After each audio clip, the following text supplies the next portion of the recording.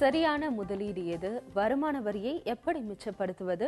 பங்குச்சந்தையில் முதலீடு செய்வது எப்படி? இது போன்ற கேள்விகள் பலரின் மனதிலும் இருக்கும். இந்த கேள்விகளுக்கு தகுதி பெற்ற நிபுணர்களை கொண்டு இந்த பகுதியில் பதில் தரப்படுகிறது. இன்றைய நிகழ்ச்சியில் 2 நேயர்களின் கேள்விகளுக்கு முதலீட்டு ஆலோசகர் திரு விவேக் கார்வா தொலைபேசி வழியே பதிலளிக்கிறார்.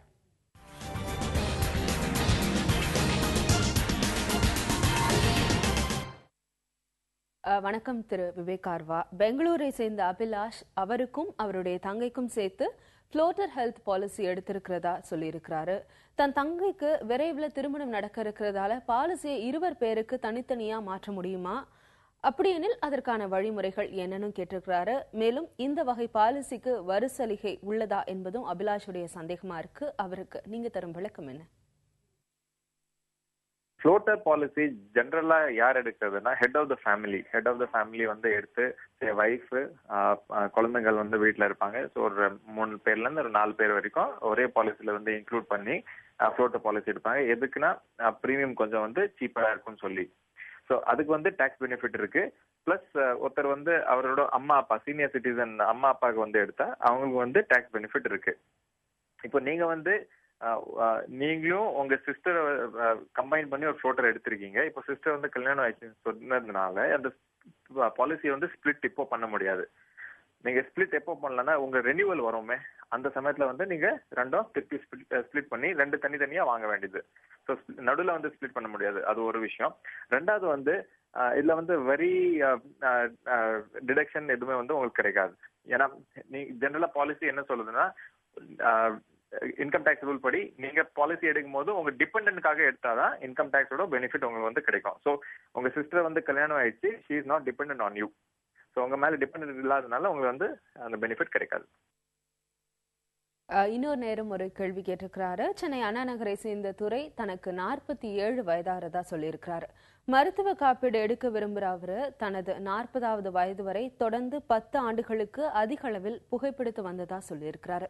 இப்போது மருத்துவ காப்பீட்டில் சேரும்போது 7 ஆண்டுகளா நிறுத்திவிட்ட புகைப்பழக்கத்தை பற்றி குறிப்பிட வேணுமா அப்படின்னு கேட்டிருக்கிறாரு. அதை குறிப்பிடாமல் இருந்தா ஏதாவது பிரச்சனை வருமா அல்லது குறிப்பிட்டால் பிரீமியம் அதிகரிக்குமா என்பதும் அவருடைய கேள்வியா இருக்கு. அவருக்கு நீங்கள் தரும் விளக்கம் என்ன? இப்போ மருத்துவ காப்பீடு அப்ளிகேஷன் நீங்க வந்து பாத்தீங்கன்னா திருப்பி ஒரு கம்பெனியோட அப்ளிகேஷன் ஃபார்ம் டிஃப்ரெண்டா இருக்கும். ஸோ ஒரு கம்பெனியோட அண்டர் ரைட்டிங் வந்து கொஞ்சம் டிஃப்ரெண்டா இருக்கும். அண்ட் ரிக்வயர்மெண்ட் அவங்க வந்து டிஸ்க்ளோசர் கேட்கறதும் கொஞ்சம் டிஃப்ரெண்டா இருக்கும். ஸோ சில கம்பெனிஸ்ல வந்து ஒரு இந்த மாதிரி ஸ்மோக்கிங் ஹேபிட் வந்து ஒரு 3 வருஷம் 5 வருஷம் முன்னாடி இருந்ததுன்னா அவங்க வந்து இக்னோர் பண்ணிடுவாங்க அப்படியே. அது ஒண்ணு.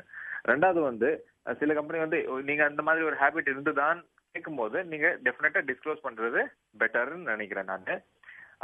நிக்கோடைன் வந்து பிளட்ல அவங்க ஜெனரலா வந்து மெடிக்கல் இன்சூரன்ஸ் பண்ணும்போது பிளட்ல நிக்கோடைன் இருக்கான்னு டெஸ்ட் பண்ணுவாங்க. நிக்கோட்டின் வந்து நீங்க ஸ்மோக்கிங் ஹேபிட் விட்ட அப்புறம் மினிமம் 5 to 7 இயர்ஸ் எடுக்கும். ஸோ நீங்க ஒரு பெரிய சம்மர்ஷோட பாலிசிக்கு போறீங்கன்னா அவங்க வந்து பிளட் டெஸ்ட் ஹெல்த் இன்சூரன்ஸ் இதெல்லாம் நடக்கும். ஸோ அந்த சமயத்துல வந்து நிக்கோட்டின் வந்து ஐடென்டிஃபை ஆகிறதுக்கு சான்சஸ் இருக்கு பிளட்ல. நீங்க ஒரு சின்ன அமௌண்ட்டுக்கு போறீங்கன்னு வைங்களேன், மேபி ஒரு 5 lakhs வரைக்கும்னா இதெல்லாம் கேட்க மாட்டாங்க. வெறும் டிஸ்க்ளோசர் மட்டும் தான் கேட்பாங்க. ஸோ நீங்க கேட்டா நீங்க வந்து டிஸ்க்ளோஸ் பண்ணலாம், ப்ராப்ளம் எதுவுமே இல்லை. கேட்கலன்னா டிஸ்க்ளோஸ் பண்ணாம இருங்க, நோ ப்ராப்ளம், அதுவும் வந்து ப்ராப்ளம் இல்லை. ஏன்னா அந்த 5 lakhs வரைக்கும் ஜெனரலா வந்து கொஞ்சம் லீனியண்டா இருப்பாங்க கம்பெனிஸ். ஸோ டிஸ்க்ளோஸ் பண்றது எப்பயுமே பெட்டர். நேயர்களின் கேள்விற்கு பதிலளித்தமைக்கு நன்றி திரு விவேக் கார்வா. சிக்கனம் சேமிப்பு செல்வம் நிகழ்ச்சியில் உங்கள் பங்கேற்பையும் புதிய தலைமுறை வரவேற்கிறது. உங்களது பெயர், தொலைபேசி எண், முகவரி உள்ளிட்ட தகவல்களுடன் ss@newgenmedia.in என்ற இமெயில் முகவரியில் புதிய தலைமுறைக்கு எழுதுங்கள். அண்மை செய்திகளை காண தொடர்ந்து இணைந்திருங்கள் புதிய தலைமுறையோடு.